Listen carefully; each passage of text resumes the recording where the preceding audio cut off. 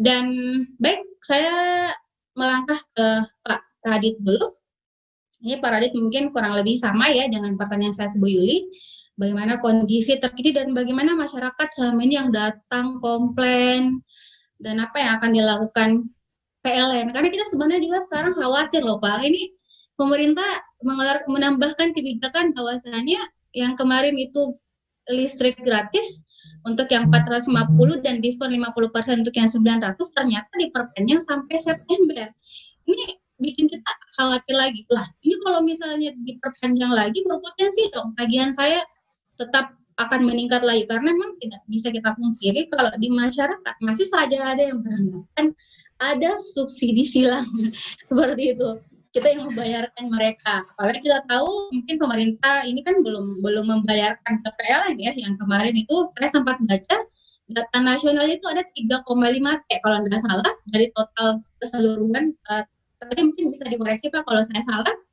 Ada 3,5 T total yang kemarin untuk membiayai yang 450 dan 900 sebagian ya 900 yang subsidi kan saya rasa 900 tidak semuanya juga mendapatkan subsidi 50% itu dan itu belum dibayarkan oleh negara. Apakah memang PLN ini merasakan ini atau mungkin untuk menutupi karena pemasukan yang berkurang tadi sampaikan juga Bu Yuli bahwa memang ada penurunan PLN juga terdampak ada penurunan atau seperti apa?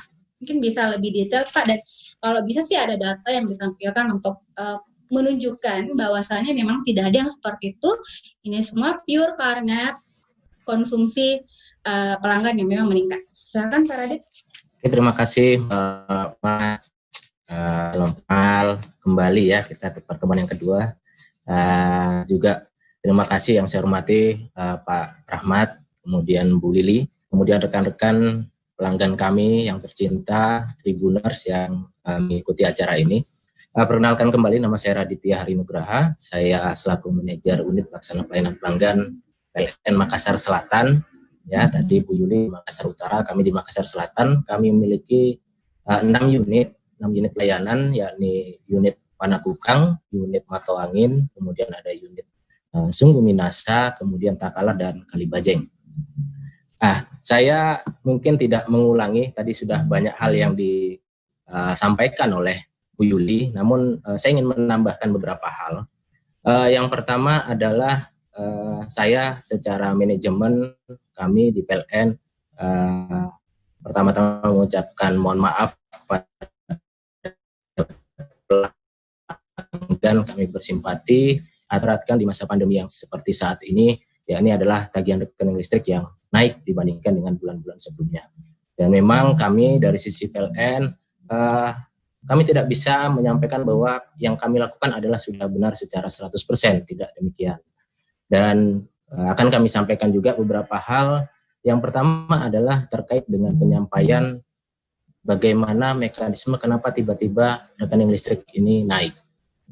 Sebenarnya di bulan Maret, kami di sisi PLN itu sebenarnya sudah mulai menginformasikan kepada pelanggan, namun ini dalam kaitan terbatas karena kami mengakui dari sisi komunikasi kami kepada pelanggan itu tidak bisa mencakup 100% pelanggan kami, namun hal tersebut sudah dilakukan namun dengan terbatas pada media sosial yang dimiliki oleh PLN. Nah, informasi tadi adalah salah satunya pelanggan sudah diinformasikan bahwa ada kondisi di mana petugas pencatat meter kami tidak bisa mengunjungi kepada pelanggan. Oleh karena itu, kami sudah membuka channel-channel WhatsApp untuk memberikan informasi terkait dengan kondisi stand meter. Jadi itu sebenarnya sudah dilakukan oleh PLN, namun feedback dari pelanggan kepada PLN itu memang masih cukup kecil sekali. Jadi memang tidak semua pelanggan juga mengalami lonjakan. Ada pelanggan-pelanggan yang sudah memberikan informasi penggunaan berupa stand KWH meternya dan diinfokan kepada PLN sehingga tagihan rekening listriknya itu adalah real seperti yang disampaikan oleh pelanggan. Itu sudah disampaikan dan kami perlu akui informasi tersebut tidak sampai kepada semua pelanggan yang ada, khususnya di Makassar misal contohnya, itu tidak semua pelanggan mengetahui informasi tersebut.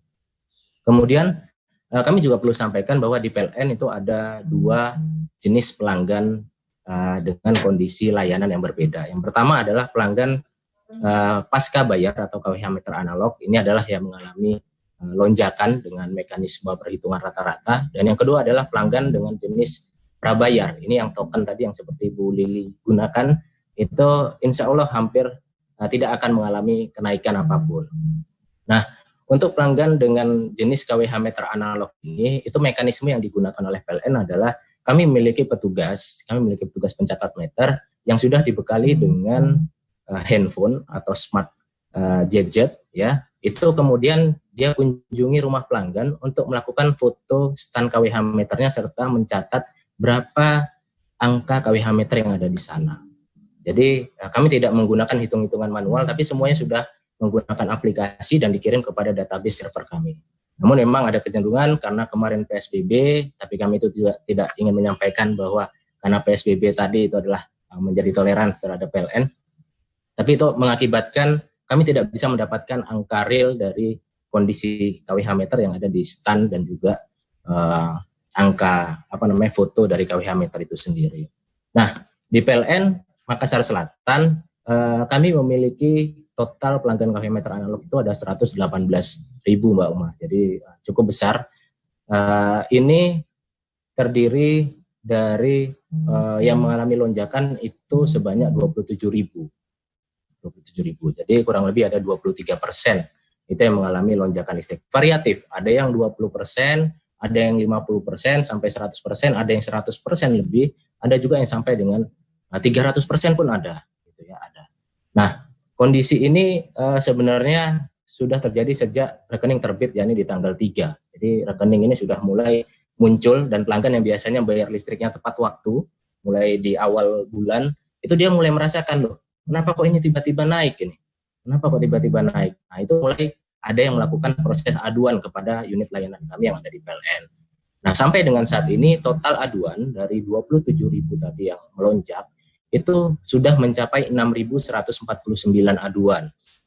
Nah, 6.149 aduan ini itu memang belum selesai secara 100%. Masih ada 5 pelanggan yang memang masih menyaksikan apakah KWH meternya yang salah ini, jangan-jangan. Jadi harus melakukan pembuktian di sisi KWH meter. Hal tersebut akan kami lakukan sebagai bukti bahwa kami memiliki itikat baik untuk menyelesaikan permasalahan dan dispute antara PLN dengan pelanggan. Kemudian dari 6.149 tadi ada 2 mekanisme penyelesaian, Mbak Uma.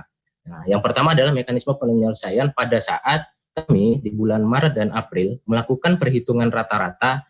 Rata-ratanya tadi adalah rata-rata yang memang kurang.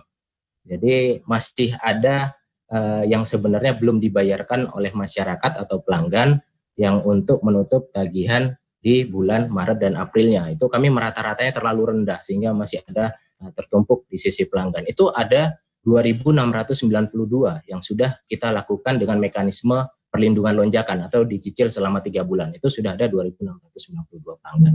Kemudian ada juga yang kami dari sisi PLN, kami ini salah gitu. Dalam melakukan proses rata-rata tadi memang tidak bisa dipukul rata. Nah, akibat dari kami melakukan proses yang sama tadi, ada juga pelanggan yang kami kelebihan merata-rata. Sehingga itikat baik kami adalah melakukan koreksi terhadap rekening yang sudah terbit. Nah, itu sudah ada kami lakukan sebanyak 198 pelanggan yang melakukan koreksi karena kami kelebihan nagih, terus kemudian pelanggan minta untuk dilakukan koreksi dan kami akan lakukan koreksi untuk penyesuaian tagihannya. Sedangkan itu adalah yang datang ke kantor PLN. Nah, bagaimana yang tidak datang ke kantor PLN? Kurang lebih ada 20.000. Nah, sampai dengan saat ini kami sudah melakukan menjemput bola, memberikan hak dari para pelanggan kami berupa perlindungan lonjakan. Di unit kami di Makassar Selatan sudah kami lakukan sebanyak 6.000 pelanggan kurang lebih. Jadi memang masih ada lagi dan ini kami akan selesaikan, bukan hanya menunggu pelanggan datang ke kantor kami, tapi kami akan menjemput kepada pelanggan-pelanggan untuk menyelesaikan, mungkin masih belum paham tentang kondisi-kondisi yang selama ini ada. Dan nantinya mekanisme seperti ini, karena ini kita masih masuk di new normal, ada juga kondisi di mana pelanggan-pelanggan kita yang memang khawatir, takutnya ini orang PLN ini jangan-jangan datang ke rumah saya nanti bakal nyebarin virus gitu. Nah, kami ini sekarang sedang mengembangkan yang namanya aplikasi untuk pelanggan secara nasional, itu kami sebut namanya New PLN Mobile. Nah, ini dalam waktu dekat sudah akan diberikan kepada pelanggan. Sebenarnya PLN Mobile sudah ada, namun ini salah satunya adalah berdasarkan saran-saran masukan dari masyarakat, dari pelanggan, coba dong PLN, biar kita nggak repot ngirim di WhatsApp, di aplikasinya aja, dicantumin itu ada fasilitas untuk yang namanya Swakem. Nah, itu fasilitas itu sudah dibuat, sedang uji testing dari pihak internal, dan dalam waktu dekat itu akan kami lakukan untuk pelanggan. Nanti akan di-upload di Play Store ataupun di App Store. Demikian. Nah, tadi juga kami ada beberapa hal yang lupa kami sampaikan, bahwa di masa pandemi ini kami PLN melalui pemerintah, dari instruksi dari Presiden kita, bahwa memberikan stimulus kepada masyarakat, kepada pelanggan-pelanggan kita. Namun pelanggan yang diberikan stimulus masih terbatas, Mbak Uma. Jadi yang pertama adalah stimulus untuk tarif rumah tangga, yakni 450 yang 100% untuk tagihan rekening listriknya, dan daya 900 VA itu yang didiskon 50%. Nah, bagaimana dengan yang tarif bisnis dan industri? Ya, tarif bisnis dan industri juga sama, namun ini hanya untuk UMKM. Yakni bisnis 1 450 dan industri 1 450. Ini diberikan juga stimulus ini yang sampai dengan waktu yang kemarin sudah diinformasikan adalah sampai dengan September di tahun 2020 ini. Nah, karena ini tadi saya lihat pemateri lainnya adalah di sisi bisnis, maka saya juga ingin menyampaikan beberapa data kami terkait dengan bisnis. Nah, unit bisnis atau pelanggan-pelanggan bisnis yang ada di wilayah kami di Makassar Selatan itu totalnya ada 8.003 pelanggan. Ya, 8.003 pelanggan. Nah, dari 8.000 pelanggan tadi yang melonjak itu ada sebanyak 2.073. Seperti yang tadi disampaikan oleh Bu Lili juga. Nah, untuk kategori bisnis ini itu kecenderungannya adalah kami lebih dalam melakukan proses rata-rata. Sehingga tadi disampaikan oleh Bu Lili, di tagihan bulan Juninya langsung turun drastis. Karena di bulan April dan Mei itu kami sudah merata-rata dan tinggi, padahal di sana tidak ada pemakaian. Sehingga pada saat KWH meter itu dibaca di bulan Mei menjadi tagihan bulan Juni, maka akhirnya didapat angka realnya dan selisih angka standnya itu sudah semakin kecil sekali, karena sebelumnya sudah di rata-rata. Nah, itu yang terjadi cukup banyak di bisnis sebenarnya. Namun, walaupun demikian ada 2073 tadi yang kita harus telah per case, tapi memang terjadi pemakaian di tempat bisnisnya, di usahanya. Jadi, dari 8.003 tadi tidak semua bisnis itu tutup atau mengurangi pemakaiannya, tapi ada juga sebanyak 2.000 pelanggan itu yang di bisnisnya itu masih tetap beraktivitas, ya, bisnis-bisnis yang tidak terkait dengan pandemi itu memang masih ada yang demikian. Dan kami sangat berterima kasih tadi saran masukan dari Pak Rahmat Menggabarani terkait dengan Go Digital. Insya Allah tadi seperti kami sampaikan, insya Allah dalam waktu dekat New PLN Mobile ini akan kita dihadirkan untuk pelanggan-pelanggan PLN di Indonesia ini. Itu mungkin sedikit tambahan dari saya, Mbak Uma. Baik, terima kasih Pak Radit. Jadi tadi untuk yang jadi pertanyaan Pak Andi Rahmat sudah ada, ya. Bisa di launching saja nantinya biar masyarakat juga bisa cepat menggunakan itu biar tidak ribet lagi ke depannya. Jadi kan kita kalau ada hal-hal yang tidak diinginkan, petugas tidak bisa turun ke lapangan, PLN juga tetap bisa memantau. Tidak ada lagi penghitungan rata-rata karena kan kita bukan penggunaan yang kita bisa, misalnya bulan ini kita sedikit tapi karena pakai rata-rata, hasil bayarannya pun tetap tinggi kita bayar. Dan baik Tribuners, karena di sini juga kita langsung berinteraksi dengan Tribuners baik di YouTube dan juga live Facebook, dan ini sudah ada beberapa pertanyaan untuk PLN. Yang pertama ini dari Saudara Ari. Kita butuh penjelasan berbasis data yang komprehensif. Sebagai BUMN, masyarakat memiliki hak konstitusional dalam melihat semua data yang bisa menjelaskan keresahan kita. Jadi mungkin untuk Pak Radit dan juga Ibu Yuli, mungkin bisa diberikan tanggapan terkait pertanyaan dari Tribuners, bahwasanya kita butuh penjelasan berbasis data yang komprehensif. Mungkin ada yang bisa ditampilkan, karena sebagai BUMN, masyarakat memiliki hak konstitusional dalam melihat semua data yang bisa menjelaskan keresahan. Jadi terkait tadi mungkin adanya lonjakan yang untuk baik industri rumah tangga dan juga industri memang industri yang usaha dan sebagainya, itu mungkin bisa ditampilkan, mungkin para Tribuners di rumah ingin melihat bahwa oh iya memang ternyata ada peningkatan luar biasa. Ada peningkatan konsumsi selama pandemi COVID-19, kemudian sampai di bulan puasa dan itu ditagihkan di bulan Juni. Sehingga tidak ada lagi asumsi-asumsi macam-macam ke PLN. Bagaimana Pak?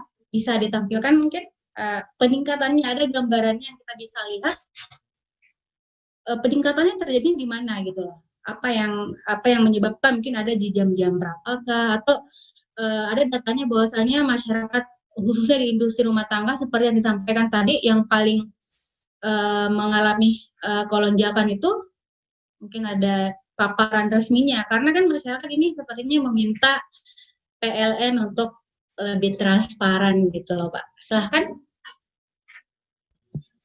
Mungkin dari saya aja ya, Mbak Uma ya.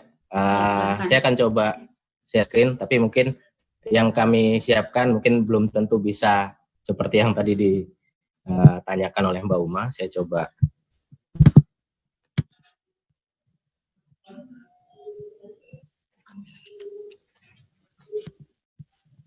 Apa sudah tampak, Mbak Uma? Iya, sudah Pak. Ini sudah ada. Oke. Saya full screen-kan dulu ya.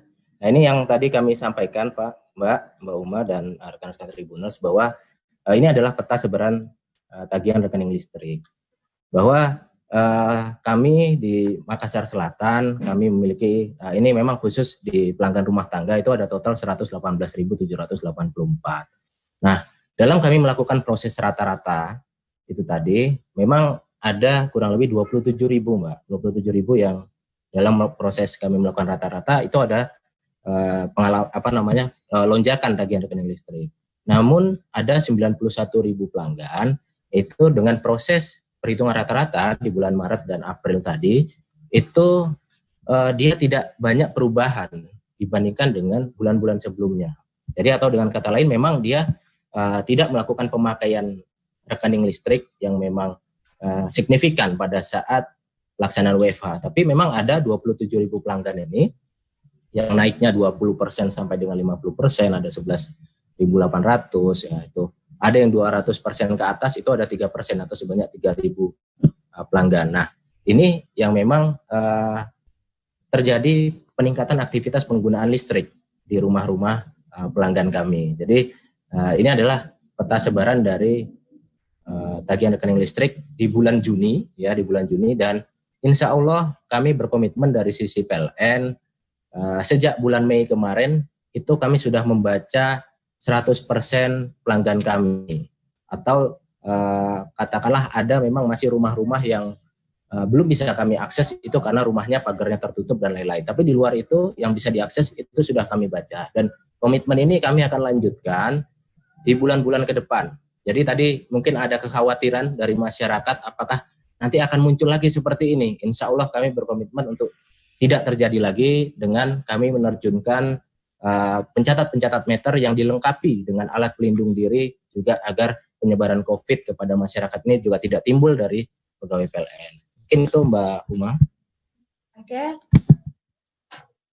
Oke, Tribuners, jadi itu tadi paparan dari Pak Rahmat. Tadi sudah disampaikan datanya ya, persentasenya bagaimana pelanggan yang memang mengalami kelonjakan itu ada, tadi sudah jelas ada berapa puluh persen, dan ada yang normal, ada yang sampai 10%, 20%, terus sampai ada 300%. Baik Pak, ini ada pertanyaan kedua lagi, ini lebih ke saran sepertinya. Saran buat PLN, buat saja sistem meteran sentralisasi di suatu daerah yang memudahkan dalam hal pencatatan dan gampang dalam penindakan. Jadi pelanggan pun ada lonjakan tak menyalahkan PLN lagi. Jadi gitu Pak. Jadi buat sistem meteran sentralisasi di unit-unit tertentu kah, di daerah tertentu kah, biar ketika ada pelanggaran tidak ada lagi asumsi-asumsi yang mengatakan bahwa PLN ini subsidi silang, karena secara nasional kan memang dia mengalami kerugian juga berdampak dengan pandemi ini. Sehingga jangan sampai ini digunakan untuk, ada Pak yang mengatakan bahwa PLN itu kan gaji karyawannya tinggi.